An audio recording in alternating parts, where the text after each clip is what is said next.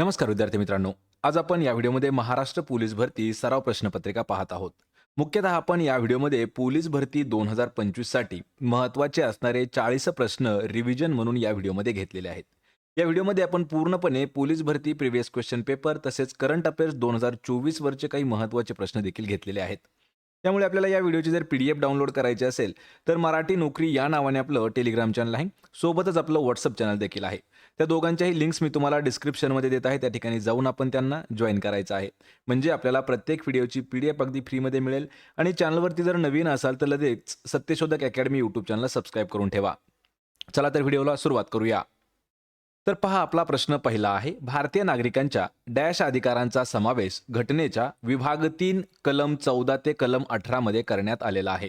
मित्रांनो, प्रश्नाचं जर उत्तर येत असेल तर 3 ते 5 सेकंदामध्ये आपण प्रत्येक प्रश्नाचं उत्तर हे कमेंट करून देण्याचा प्रयत्न करा. म्हणजे आपलं रिव्हिजन देखील याच व्हिडिओमध्ये होऊन जाईल. प्रश्न काय विचारलाय की भारतीय नागरिकांच्या कशाचा अधिकार किंवा अधिकारांचा समावेश घटनेच्या विभाग 3 आणि कलम 14 ते 18 मध्ये करण्यात आलेला आहे. तर ऑप्शन क्रमांक 1 आपलं योग्य उत्तर होणार आहे. पहा, भारतीय नागरिकांच्या समतेच्या अधिकारांचा समावेश जो आहे तो विभाग 3 आणि कलम 14 ते 18 मध्ये केलेला आहे. पर्याय क्रमांक 1 आपलं या ठिकाणी उत्तर होईल. यानंतरचा प्रश्न आहे, ज्या स्नायूद्वारे आपल्या शरीराच्या हालचालींवर आपल्या मनाप्रमाणे नियंत्रण ठेवता येते त्याला डॅश असे म्हणतात.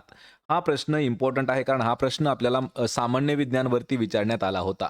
ज्या स्नायूद्वारे आपल्या शरीराच्या ज्या काही मूवमेंट आहेत, हालचाली आहेत, त्याच्यावर आपल्या मनाप्रमाणे कंट्रोल ठेवता येतं त्याला काय म्हणतात? तर त्याला म्हटलं जातं ऑप्शन क्रमांक 2 तर ऐच्छिक स्नायू त्याला म्हणतात. पर्याय 2 या ठिकाणी उत्तर होणार आहे. यानंतरचा प्रश्न आहे, पहा, गीता रहस्य या कादंबरीचे लेखक खालीलपैकी कोण आहेत? गीता रहस्य. मित्रांनो, आपण एका व्हिडिओमध्ये काही महत्त्वाच्या कादंबरी आणि त्यांचे लेखक देखील घेतलेले आहेत. तो व्हिडिओ पाहायचा असेल तर त्याची लिंक मी तुम्हाला डिस्क्रिप्शनमध्ये देत आहे. तर गीता रहस्य ही कादंबरी आहे आणि याचे लेखक आपल्याला सांगायचे आहेत. मित्रांनो, हा प्रश्न खूप महत्त्वाचा आहे आणि गीता रहस्य याचे लेखक आहेत लोकमान्य टिळक. पर्याय क्रमांक 4 आपलं या ठिकाणी योग्य उत्तर होणार आहे. त्यानंतरचा प्रश्न आहे, स्वराज्य हा माझा जन्मसिद्ध हक्क आहे किंवा अधिकार आहे आणि मी तो मिळवणारच, ही घोषणा कोणी दिली होती? हे वाक्य खूप महत्त्वाचं आहे. यापूर्वी एक प्रश्न विचारला होता पहा मित्रांनो, जर एखाद्याच्या तोंडचे बोलणे जर दाखवायचे असेल तर कोणतं चिन्ह वापरलं जातं? तर त्या ठिकाणी लक्षात ठेवायचं, डबल अवतरण म्हणजे दुहेरी अवतरण चिन्ह वापरलं जातं. या ठिकाणी स्वराज्य हा माझा जन्मसिद्ध अधिकार आहे आणि मी तो मिळवणारच हे वाक्य कोणीतरी दिलेलं आहे किंवा ही घोषणा किंवा नारा कोणीतरी दिलेला आहे. तर ते कोण आहेत?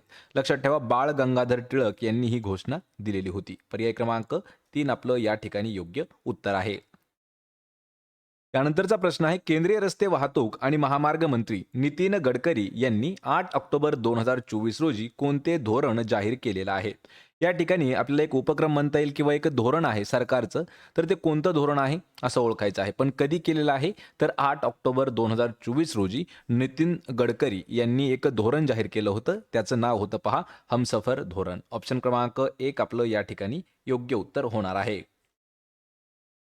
यानंतरचा प्रश्न आहे, महाराष्ट्रात खालीलपैकी कोणी आपल्या संस्थानात आंतरजातीय विवाह मान्यता देणारा कायदा पास केला? हा प्रश्न खूप महत्त्वाचा आहे. आत्तापर्यंत जी कोल्हापूर भरती झाली आहे, कोल्हापूर पोलीस भरती, यामध्ये 3 वेळा हा प्रश्न विचारण्यात आलेला होता. लक्षात ठेवा, प्रश्न काय आहे की महाराष्ट्रात खालीलपैकी कोणी आपल्या संस्थानामध्ये आंतरजातीय इंटरकास्ट मॅरेज मान्यता देणारा पहिला कायदा किंवा कायदा जो आहे तो पास केला होता? तर तो केलेला आहे छत्रपती शाहू महाराज. पर्याय क्रमांक 2 आपलं या ठिकाणी योग्य उत्तर होणार आहे. हा प्रश्न थोडासा इम्पॉर्टंट आहे, नोट करून घेऊ शकता किंवा या व्हिडिओची PDF जशाच तशी आपल्या टेलिग्राम चॅनलवरती पोस्ट करेल, त्या ठिकाणी जाऊन आपण ही डाउनलोड करू शकता. त्यानंतरचा प्रश्न आहे, बाळांनो, या शब्दात असणारी विभक्ती आपल्याला ओळखायची आहे. मराठी व्याकरणातील विभक्ती हा जो आहे हा एक महत्त्वाचा घटक आहे. पहा, त्यावर हा प्रश्न विचारलेला आहे. प्रश्न काय आहे? बाळांनो, या शब्दामध्ये असणारी विभक्ती आपल्याला सांगायची आहे. तर बाळांनो म्हटलं तर या ठिकाणी उत्तर असणार आहे पर्याय क्रमांक 4, तर हे संबोधन असणार आहे. बाळांनो या शब्दाला संबोधनाचा नो हा प्रत्यय लागला आहे आणि संबोधन विभक्तीला एकवचनामध्ये प्रत्यय नसतात. लक्षात ठेवा, संबोधन हे आपलं उत्तर होईल. पर्याय क्रमांक 4. यानंतरचा प्रश्न आहे, 1973 मध्ये भारतातील वाघांची संख्या वाचवण्यासाठी खालीलपैकी कोणता प्रकल्प सुरू करण्यात आला होता? जी वनरक्षक भरती झाली 2019 मध्ये, त्यामध्ये जशास तसा हा प्रश्न विचारण्यात आलेला होता आणि हाच प्रश्न आपल्याला 2021 मध्ये सुद्धा विचारण्यात आला होता. 1973 मध्ये भारतातील वाघांची संख्या वाचवण्यासाठी एक उपक्रम राबवण्यात आला होता किंवा एक प्रकल्प उभारण्यात आला होता. तर त्याचं नाव आहे पहा ऑप्शन क्रमांक 2 तर व्याघ्र प्रकल्प. आणि व्याघ्र प्रकल्प किंवा व्याघ्र दिन जो आहे तो कधी साजरा केला जातो हे मला आपण कमेंट करून सांगायचं आहे. मागच्या व्हिडिओमध्ये आपण हा प्रश्न सुद्धा घेतला होता. या ठिकाणी उत्तर काय होईल आपलं ऑप्शन क्रमांक 2. त्यानंतरचा प्रश्न आहे जागतिक साक्षरता दिवस दरवर्षी कोणत्या तारखेला साजरा केला जातो? हा प्रश्न आहे आपल्याला दिनविशेषवरती आणि दिनविशेषवरती याच्यामुळे प्रश्न विचारला आहे मित्रांनो, कारण प्रत्येक पोलीस भरती असू द्या त्यामध्ये आपल्याला 1 ते 2 प्रश्न हे दिनविशेषवरती असतात. आणि अशाच पद्धतीचे आपल्याला जागतिक दिनविशेष आणि राष्ट्रीय दिनविशेष जर पाहायचे असतील तर त्याची लिंक मी तुम्हाला डिस्क्रिप्शनमध्ये देत आहे. त्या ठिकाणी जाऊन आपण ते व्हिडिओ पाहून घ्या. जागतिक साक्षरता दिवस हा जो आहे हा दरवर्षी 8 सप्टेंबर या दिवशी साजरा केला जातो. पर्याय क्रमांक 1 आपलं या ठिकाणी उत्तर होईल. त्यानंतरचा प्रश्न आहे मी डॉक्टर झालो असतो परंतु मला भरपूर मार्क्स मिळाले नाहीत. या विधानातील अव्ययाचा प्रकार आपल्याला ओळखायचा आहे. अव्ययाचा प्रकार कोणता आहे? वाक्य परत एक वेळा पहा. मी डॉक्टर झालो असतो परंतु मला भरपूर मार्क्स मिळाले नाहीत. तर हे जे उत्तर आहे आपलं याचं उभयान्वयी अव्यय असणार आहे. पर्याय क्रमांक 3 आपलं या ठिकाणी योग्य उत्तर होईल. यामध्ये काही महत्त्वाचे पॉईंट्स आहेत. यामध्ये पहा या वाक्यातील उभयान्वयी अव्यय परंतु हे उभयान्वयी अव्ययाच्या न्यूनत्वबोधक प्रकारामध्ये येतं. म्हणजेच पर्याय क्रमांक 3 आपलं उत्तर होईल. हा परंतु शब्दामुळे पूर्ण वाक्य बदलून जातं. त्यानंतरचा प्रश्न आहे कोणत्या स्टार्टअप कंपनीने मानवी मेंदूमध्ये शस्त्रक्रियेद्वारे चीप प्रत्यारोपण केली आहे? हा प्रश्न खूप महत्त्वाचा आहे. करंट अफेअर्सवरती विचारला जाऊ शकतो आणि जी काही टेक्नॉलॉजी आहे, तंत्रज्ञान आहे त्यावरती सुद्धा हा प्रश्न विचारला जाऊ शकतो. आणि हा प्रश्नाचं उत्तर जवळपास 80% विद्यार्थ्यांना माहीत आहे. अशी कोणती कंपनी आहे की त्या कंपनीने मानवी मेंदूमध्ये एखादं ऑपरेशन करून एक चिप बसवण्यात आलेली आहे? तर ती असणार आहे पहा ऑप्शन क्रमांक 3 तर न्यूरालिंक ही कंपनी आहे. आणि यावरती आपल्याला अजून एक प्रश्न विचारला जातो की एक नाव दिलं जातं पहा. नाव दिलं जातं एलॉन मस्क यांचं. एलॉन मस्क आणि हे कोणत्या कंपनीशी संबंधित आहेत असा आपल्याला प्रश्न विचारला जातो. यामध्ये न्यूरालिंक कंपनी असते म्हणजे असते. जर न्यूरालिंक नसली तर त्या ठिकाणी पहा स्पेस एक्स ही कंपनी एक असते किंवा अजून एक आहे पहा टेस्ला ही कंपनी असते. तर यामध्ये बोरिंग कंपनी एक आहे पण इलॉन मस्क यांच्याशी संबंधित आहे न्यूरालिंक आणि त्यांच्या स्टार्टअप कंपनीने ह्यूमन ब्रेनमध्ये ऑपरेशनद्वारे एक चिप बसवण्याचं काम देखील केलेलं आहे. ऑप्शन क्रमांक 3 आपलं या ठिकाणी योग्य उत्तर आहे. यानंतरचा प्रश्न आहे केंद्र सरकारने कोणत्या ठिकाणाचे नामकरण श्री विजयापुरम असे केलेले आहे? 2014च्या नंतर खूप जिल्हे खूप शहरं असे आहेत की त्यांचं नामकरण झालेलं आहे किंवा त्यांची जुने नाव बदलून नवीन नाव ठेवण्यात आलेलं आहे. त्यापैकीच हे एक नाव आहे पहा श्री विजयापुरम. तर हे कोणत्या ठिकाणाचं नवीन नाव ठेवण्यात आलेलं आहे? आणि या प्रश्नाचं उत्तर असणार आहे पर्याय क्रमांक 2 तर पोर्ट ब्लेअरचं नवीन नाव आहे श्री विजयापुरम. या ठिकाणी आपल्या महाराष्ट्रातील 3 जिल्हे लक्षात ठेवायचे आहेत. 3 जिल्हे कोणकोणते आहेत? पहिला जिल्हा औरंगाबाद. तर औरंगाबादचं नामकरण म्हणजे नवीन नाव जे आहे हे छत्रपती संभाजीनगर ठेवण्यात आलेलं आहे. लक्षात ठेवा छत्रपती संभाजीनगर. दुसरा जो जिल्हा आहे तो आहे उस्मानाबाद. तर उस्मानाबादचं नाव जे आहे हे धाराशिव ठेवण्यात आलेलं आहे.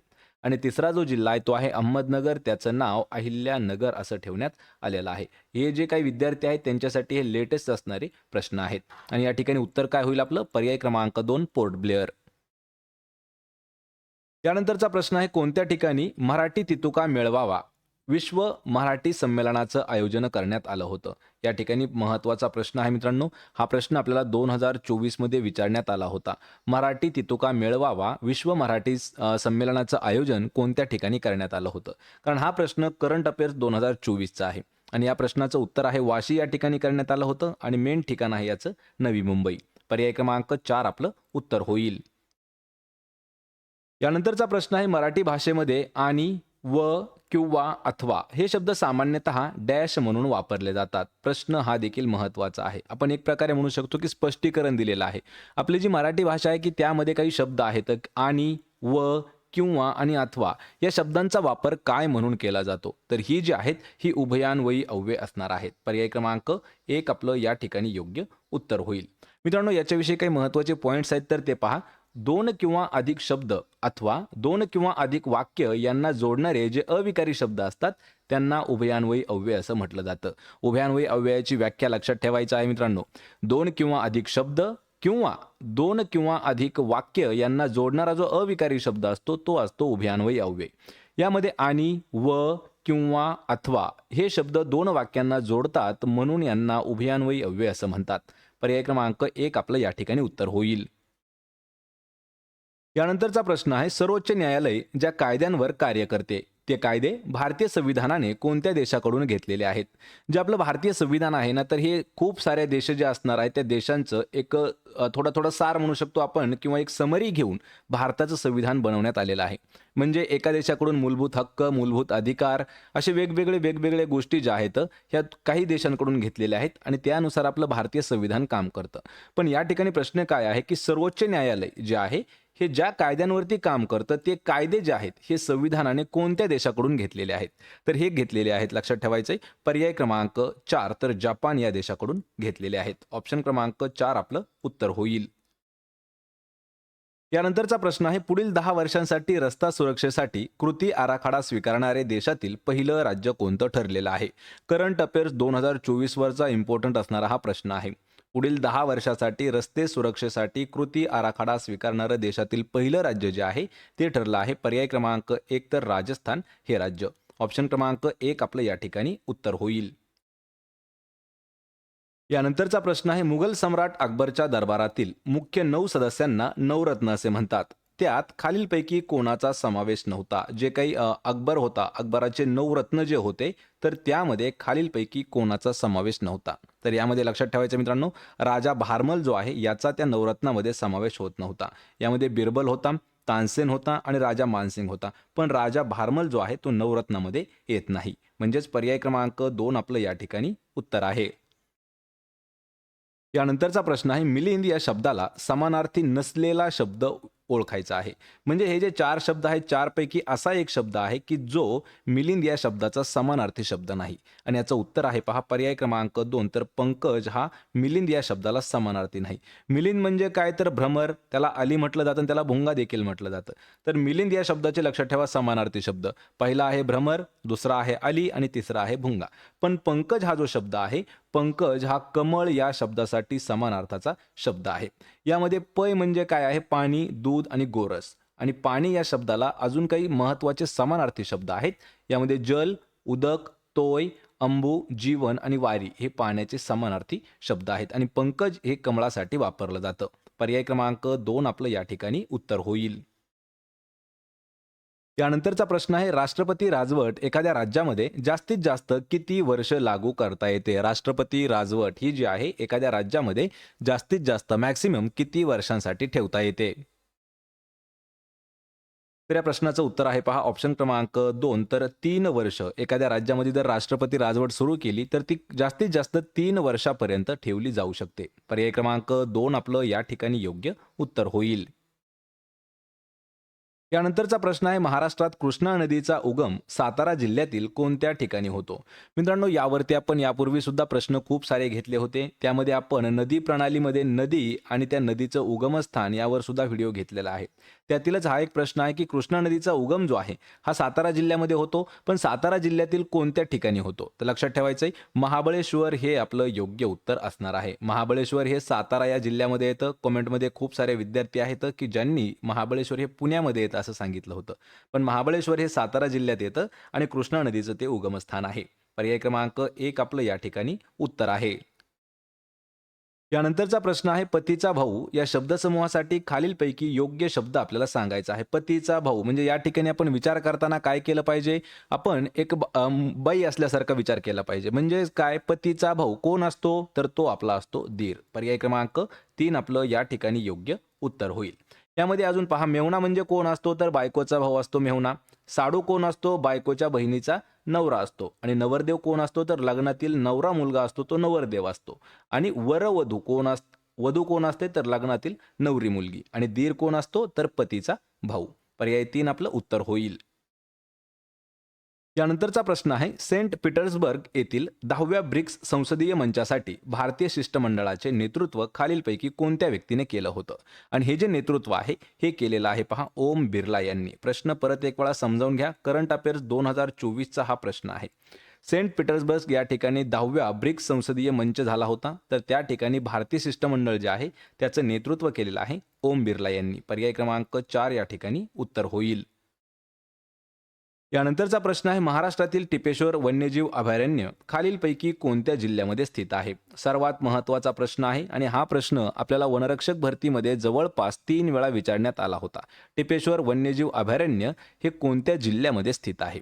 तर लक्षात ठेवा, टिपेश्वर वन्यजीव अभयारण्य कशामध्ये आहे, तर यवतमाळ या जिल्ह्यामध्ये स्थित आहे. यापूर्वी जेवढे काही आपण राष्ट्रीय उद्यानं आहेत किंवा महाराष्ट्रातील आणि भारतातील अभयारण्य आहेत त्यांच्यावरती सुद्धा एक व्हिडिओ घेतलेला आहे. त्याची लिंक मी तुम्हाला डिस्क्रिप्शनमध्ये दिलेली आहे.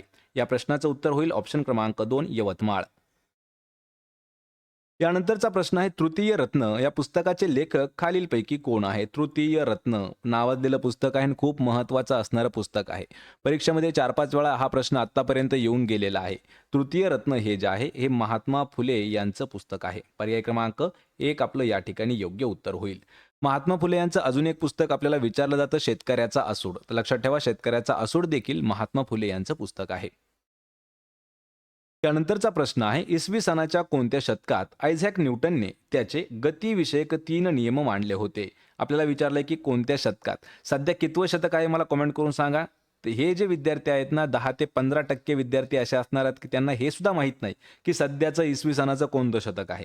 तर हा प्रश्न कसा सांगू शकतील की कोणत्या शतकामध्ये आयझॅक न्यूटनने त्याचे गतिविषयक 3 नियम मांडले होते आणि ते मांडले होते त्यांनी 17व्या शतकामध्ये. पर्याय क्रमांक 2 आपलं या ठिकाणी योग्य उत्तर होणार आहे.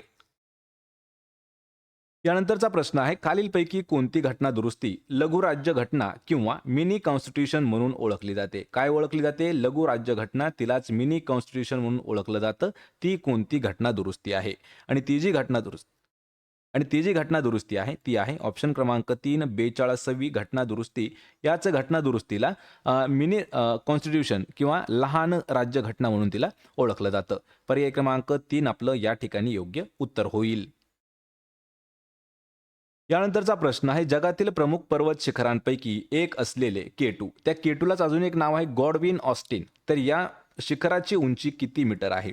या ठिकाणी लक्षात ठेवा, सर्वात पहिलं जे उत्तर आहे 8,848 मीटर. तर हे जे आहे हे माउंट एव्हरेस्ट या शिखराची उंची आहे. पण केटू हे जे आहे आपल्या भारतातील सर्वात उंच शिखर आहे आणि जगातील दुसऱ्या क्रमांकाचं सर्वात उंच शिखर आहे. त्याला गॉडविन ऑस्टिन म्हणतात आणि या शिखराची उंची जी आहे ती 8,611 मीटर एवढी आहे. पर्याय क्रमांक 2 आपलं या ठिकाणी योग्य उत्तर होईल.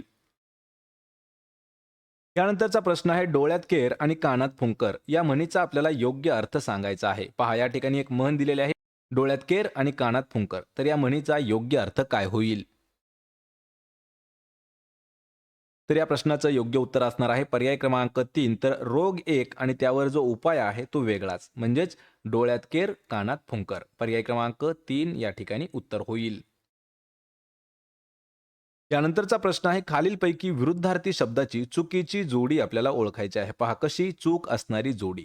या ठिकाणी 4 जोड्या आहेत. स्वस्त अस्वस्थ ही जी आहे ही विरुद्धार्थी शब्दाची जोडी आहे. स्वदेशी विदेशी ही देखील विरुद्धार्थाची जोडी आहे. या ठिकाणी स्तुती आणि निंदा ही देखील विरुद्धार्थाची जोडी आहे आणि समुद्र आणि सागर ही जी आहे ही समान अर्थाची जोडी आहे. म्हणजेच आपलं योग्य उत्तर असणार आहे पर्याय क्रमांक 4. यानंतरचा प्रश्न आहे 19 ते 22 नोव्हेंबर 2024 या कालावधीत कोणत्या ठिकाणी जागतिक मृदा परिषद पार पडली होती. पहा किती तारीख आहे 19 ते 22 नोव्हेंबर 2024 या दरम्यान कोणत्या ठिकाणी जागतिक मृदा परिषद जी आहे ती पार पडली होती आणि ते ठिकाण आहे पर्याय क्रमांक 1 तर नवी दिल्ली या ठिकाणी. ऑप्शन क्रमांक 1 आपलं उत्तर होईल. यानंतरचा प्रश्न आहे खालील वाक्यातील आपल्याला प्रयोग ओळखायचा आहे. प्रयोगावरती आपण डीपमध्ये एक व्हिडिओ सुद्धा घेणार आहोत. त्याची सुद्धा लिंक तुम्हाला मी डिस्क्रिप्शनमध्ये देऊन टाकेल. विवेक क्रिकेट खेळतो या वाक्याचा प्रयोग कोणता आहे. यामध्ये प्रयोग आहे याचा सकर्मक कर्तरी प्रयोग, म्हणजेच पर्याय क्रमांक 2 आपलं या ठिकाणी योग्य उत्तर होईल. या ठिकाणी प्रश्न थोडासा समजावून घ्या. या वाक्यामध्ये विवेक कोण आहे तर विवेक आहे या वाक्यामध्ये कर्ता. कर्म काय आहे तर कर्म आहे काय खेळतो तर क्रिकेट खेळतो म्हणजे कर्म आहे आणि खेळतो हे जे आहे हे क्रियापद आहे. दिलेल्या वाक्यातील कर्ता बदलल्यास क्रियापद बदलतं म्हणून कर्तरी प्रयोगाचं वाक्य आहे. तसेच या वाक्यामध्ये कर्म असल्यामुळे हे सकर्मक कर्तरी प्रयोग होतो. पर्याय 2 आपलं उत्तर होईल. यानंतरचा प्रश्न आहे, खालीलपैकी कोणत्या झाडाचे लाकूड चांगल्या दर्जाचे फर्निचर बनवण्यासाठी मोठी मागणी असलेले लाकूड आहे? या ठिकाणी आपल्याला लाकडावरती एक प्रश्न विचारला आहे, असं कोणत्या झाडाचं लाकूड आहे की जे चांगल्या पद्धतीचं फर्निचर बनवतं आणि त्या झाडाची जी मागणी आहे त्या लाकडाची ती मोठ्या प्रमाणात आहे? तर ते झाड आहे ऑप्शन क्रमांक 1 तर सागाचे झाड, त्याला आपण सागवानाचं झाड म्हणतो. पर्याय 1 या ठिकाणी उत्तर होईल. यानंतरचा प्रश्न आहे, 2023 मध्ये खालीलपैकी कोणत्या पक्षाला निवडणूक आयोगाने नव्याने राष्ट्रीय पक्ष असा दर्जा दिलेला आहे? कधी दिलेला आहे? 2023 या वर्षी राष्ट्रीय पक्ष म्हणून नव्याने घोषित झालेला पक्ष खालीलपैकी कोणता आहे?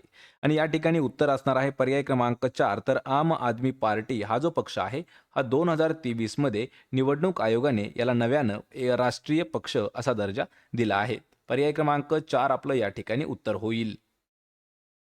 यानंतरचा प्रश्न आहे, हलाहल या शब्दाचा अर्थ खालीलपैकी कोणता आहे? हलाहल हा शब्द जो आहे याचा अर्थ किंवा यालाच समानार्थी असणारे शब्द आपल्याला विचारले आहेत. आणि आपल्याला 500 पेक्षा जास्त समानार्थी शब्द जर पाहायचे असतील तर त्याची लिंक मी तुम्हाला डिस्क्रिप्शनमध्ये देत आहे. हलाहल म्हणजे काय तर विष त्याचा अर्थ होतो. पर्याय क्रमांक 3 या ठिकाणी योग्य उत्तर होईल. यामध्ये विषासाठी अजून महत्त्वाचे काही समानार्थाचे शब्द आहेत. यामध्ये हलाहल, गरळ, कालकूट हे समान अर्थाचे शब्द आहेत. यानंतरचा प्रश्न आहे, राजस्थानमध्ये कोणत्या शहरात राजस्थान आंतरराष्ट्रीय लोककला महोत्सव साजरा केला जातो? या ठिकाणी हा महोत्सव लक्षात ठेवा, राजस्थान आंतरराष्ट्रीय लोककला महोत्सव जो आहे तो राजस्थान राज्यामध्ये साजरा केला जातो, पण राजस्थानमधील कोणत्या शहरामध्ये तो आयोजित किंवा साजरा केला जातो? तर ते शहर आहे पर्याय क्रमांक 4 तर जोधपूर या ठिकाणी तो साजरा करतात. पर्याय क्रमांक 4 आपलं उत्तर आहे. यानंतरचा प्रश्न आहे, खालीलपैकी कोणता दिवस संविधान हत्या दिवस म्हणून पाळण्याची घोषणा केंद्र सरकारने केलेली आहे? संविधान हत्या दिन हा जो दिवस आहे हा कधी केलेला आहे? 2024 पासून पाळण्यासाठी सुरुवात केलेली आहे आणि तो दिवस कधी केंद्र सरकार पाळतं? तर या ठिकाणी योग्य उत्तर असणार आहे आपलं पर्याय क्रमांक 1 तर 25 जून या दिवशी संविधान हत्या दिवस जो आहे तो पाळण्यासाठी सुरुवात केली आहे. पर्याय क्रमांक 1 आपलं या ठिकाणी उत्तर होईल 25 जून. यानंतरचा प्रश्न आहे, महाराष्ट्रातील कोणते शहर गोदावरी नदीच्या काठावरती वसलेलं आहे? पहा, महाराष्ट्रातील खालीलपैकी असं कोणतं शहर आहे जे गोदावरी नदीच्या तीरावर आहे? आणि आपण एक असा व्हिडिओ घेतलेला आहे की त्या ठिकाणी महत्त्वाची असणारे शहरं आणि ते कोणत्या नदीच्या काठावरती वसलेले आहेत त्यावर सुद्धा एक व्हिडिओ घेतलेला आहे, शॉर्ट्स व्हिडिओ. त्याची लिंक मी तुम्हाला डिस्क्रिप्शनमध्ये दिलेली आहे. तर गोदावरी नदीच्या काठावरती वसलेलं जे शहर आहे ते आहे नाशिक. पर्याय 2 आपलं या ठिकाणी योग्य उत्तर होईल. यानंतरचा प्रश्न आहे, हुशार विद्यार्थी सर्व शिक्षकांना आवडतात. यातील हुशार हे कोणत्या प्रकारचं विशेषण आहे? वाक्य परत एक वेळा पहा, हुशार विद्यार्थी सर्व शिक्षकांना आवडतात. या वाक्यामधील हुशार हा जो शब्द आहे तर हा कोणत्या प्रकारचं एक विशेषण आहे? तर यामध्ये गुण दर्शवला आहे म्हणजे ते गुणवाचक विशेषण असणार आहे. पर्याय क्रमांक 1 आपलं उत्तर होईल. या ठिकाणी पॉइंट्स पहा, दिलेल्या वाक्यामधील हुशार हे गुणवाचक विशेषण असून ते विद्यार्थी या नामाबद्दल अधिक माहिती सांगून देतं. म्हणजेच पर्याय 1 आपलं उत्तर होईल गुणवाचक विशेषण. तर मित्रांनो, हे होते महत्त्वाचे 40 प्रश्न जे आपल्याला पोलीस भरतीमध्ये विचारण्यात आले होते. या 40 पैकी किती प्रश्नाचं उत्तर देता आले मला कमेंट करून नक्की सांगा. व्हिडिओ आवडला तर व्हिडिओला लाईक करा, मित्रांमध्ये व्हिडिओ शेअर करा आणि आपल्या सत्यशोधक अकॅडमी यूट्यूब चॅनलला सबस्क्राईब करून ठेवा. प्रत्येक व्हिडिओची PDF मी तुम्हाला जशाच तशी प्रोव्हाइड करतो. त्याची लिंक डिस्क्रिप्शनमध्ये दिली आहे टेलिग्राम चॅनलची, त्यालाही जाऊन जॉईन करा. म्हणजे तुम्हाला प्रत्येक व्हिडिओच्या PDF त्या ठिकाणी फ्रीमध्ये मिळतील. आपण भेटूया पुढच्या एका अशाच नवीन व्हिडिओमध्ये. तोपर्यंत जय हिंद, जय महाराष्ट्र.